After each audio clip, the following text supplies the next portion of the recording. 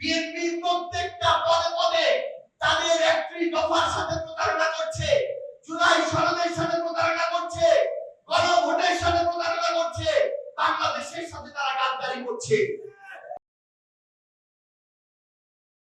সাংবাদিক ভাইদের পিটিয়েছে, এখন পর্যন্ত সেই রক্তাক্ত হামলার কোন ধরনের বিচার হয় নাই। আমরা গতকালকে দেখলাম যখন আমাদের বোন রামিসাকে ধর্ষণ করে নৃশংসভাবে হত্যা করা হয়, তখন আমাদের মাননীয় প্রধানমন্ত্রী সেখানে গিয়েছেন, সহমর্মিতা জানিয়েছেন, আমরা ধন্যবাদ জানাই। কিন্তু এই সহমর্মিতা যদি ওই একদিনের শুধুমাত্র ইস্যু ধামা চাপা দেওয়ার খেলা হয়, পরে 6 মাসেও বিচারের কোনো দিশা খুঁজে না পাওয়া যায়, তাহলে এই সহমর্মিতার কাজ আগামী বাংলাদেশের জনগণ আর মেনে নিবে না। এর আগে আসিয়া হত্যাকাণ্ডে যখন সারা বাংলাদেশ তোলপাড় হয়েছিল, প্রথমে শুনলাম 30 দিনের মধ্যে রায় কার্যকর হবে, তারপরে 90 দিনের মধ্যে রায় কার্যকর হবে, এরপরে এখন পর্যন্ত 6 মাস পার হয়ে গিয়েছে, রায় কার্যকর হওয়ার কোনো খবর পাওয়া যায় নাই। এই জন্য আমরা আহ্বান করি, আমরা বিএনপিকে এবং জনাব তারেক রহমানকে আহ্বান করি, আপনার এই ছাত্রদল যুবদলের যারা নেতা কর্মী, তারা অভ্যুত্থানে আমাদের সহযোগিতা ছিল, তাদের প্রতি আমরা শ্রদ্ধা সম্মান দেখাতে চাই। কিন্তু তারা যদি পূর্বের মতো ছাত্রলীগ যুবলীগের কায়দায় আবার সন্ত্রাসী ভাবে রাজনৈতিক আন্দোলনকে দমন করার চেষ্টা করে, তাহলে তার চেয়ে খারাপ ভাবে তাদের পতন হবে ইনশাআল্লাহ। আমরা স্পষ্ট করে বলছি, আগামী বাংলাদেশে কোন রাজনৈতিক দলের অঙ্গ সংগঠন কিংবা আইন শৃঙ্খলা বাহিনীকে পেটোয়া বাহিনী হিসেবে ব্যবহার করে অন্য কোন দল মতের উপরে দমন পীড়ন আর মেনে নেওয়া হবে না।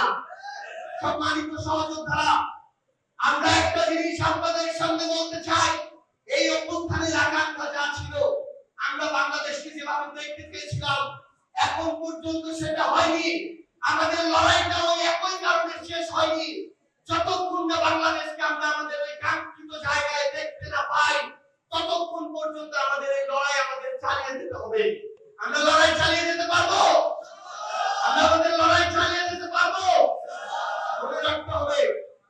এই অভ্যুত্থানের পরে আমরা যদি এখন আবার পিছিয়ে যাই, কথা বলা বন্ধ করে দেই, এই অভ্যুত্থানের পরে আমাদের যদি প্রতিবাদ কণ্ঠস্বর কমে যায়, তাহলে অন্য আরেকটা দল যারা ক্ষমতায় আছে তারা এর চেয়েও বড় স্বৈরাচার হওয়ার পথে হাঁটবে।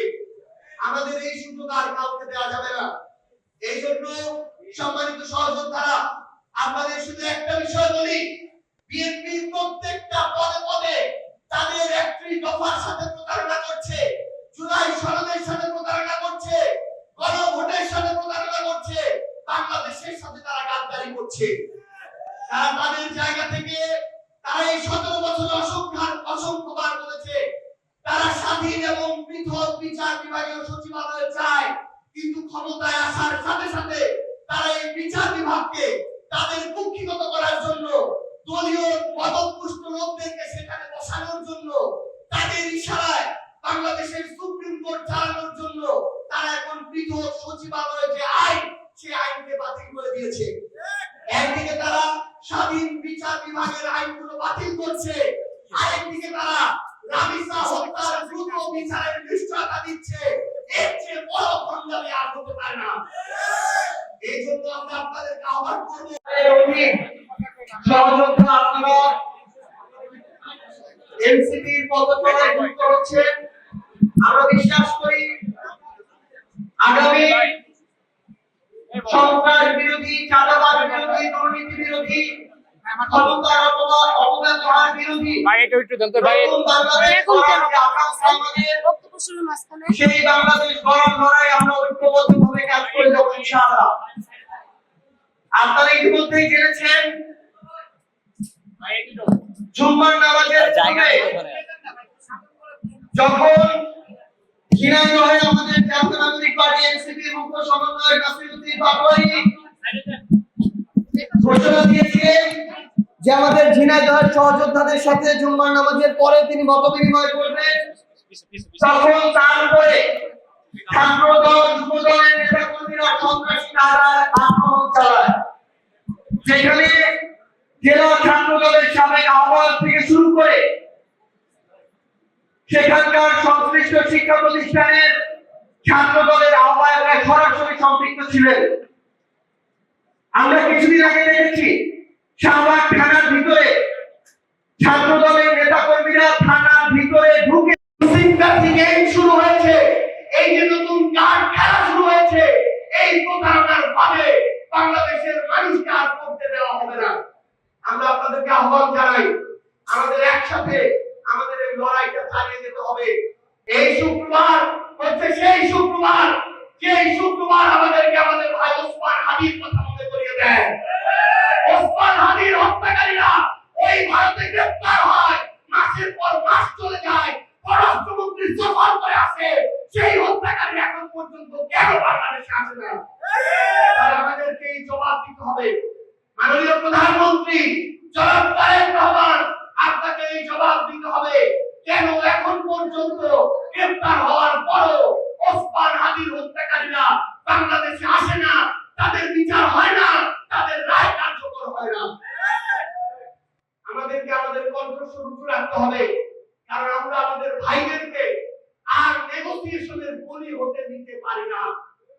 বিএনপি যদি তাদের সময়ে মৃত্যুদণ্ডপ্রাপ্ত আসামি শেখ হাসিনাকে বাংলাদেশে ফিরিয়ে এনে তার রায় কার্যকর না করে, ওসমান হাদিদেরকে তাদের বিচারের মুখোমুখি করে তাদের ফাঁসির রায় কার্যকর না করে, বিএনপি যদি মনে করে এগুলো করে তারা পার পেয়ে যাবে, বিএনপি এগুলো করে পার পাবে না। রাজনৈতিক বিষয় রাজনৈতিক ভাবে ডিল হবে এবং সেই লড়াইয়ের পথে আমরা একসাথে লড়াই করে যাব ইনশাআল্লাহ।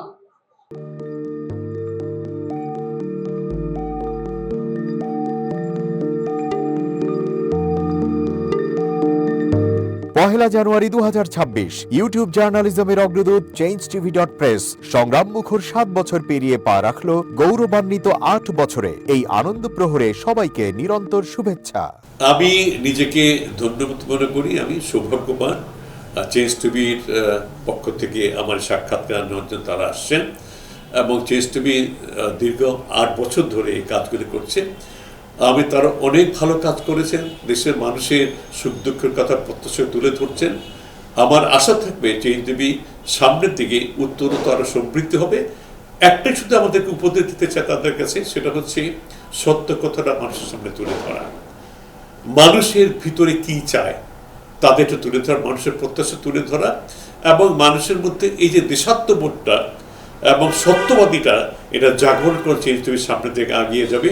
এবং যারা দেশের কথা চিন্তা করে এবং দলমত নির্বিশেষে যে লোকগুলো আছে তারা দেশের কথা চিন্তা করে, দেশের উন্নয়নের কথা চিন্তা করে, কোনো পক্ষপাতিত্ব করে না, তাদের বক্তব্য দেশের মানুষের তুলে ধরা, এই কাজগুলি সামনে এগিয়ে নিয়ে যাবে, এটা আমাদের প্রত্যাশা।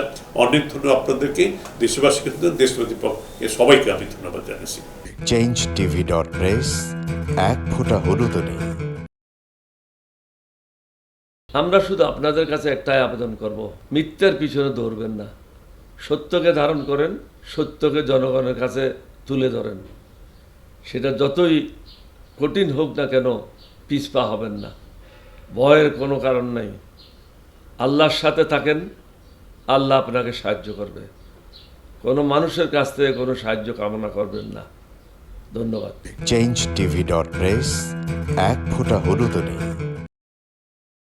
হ্যাঁ, চেঞ্জ টিভি আমি বিশেষ কারণে দেখি সুযোগ পেলে, বিশেষ করে তোমার অনুষ্ঠানটা যখন হয় আগে পরে আমি দেখে থাকি, ভালো লাগে, উপস্থাপনা ভালো, মোটামুটি সব কিছু ভালো। আমি তাদের শুভকামনা করি এবং চেঞ্জ টিভি আমি আশা করি সবসময় নিরপেক্ষ, যেহেতু এই চেঞ্জ টিভিটা সংবাদ প্রচারের একটা মাধ্যম, সুতরাং সঠিক সংবাদটাই চেঞ্জ টিভি প্রচার করবে, এটাই আমার কামনা থাকবে তাদের কাছে, সেই সঙ্গে আমার শুভেচ্ছা থাকবে।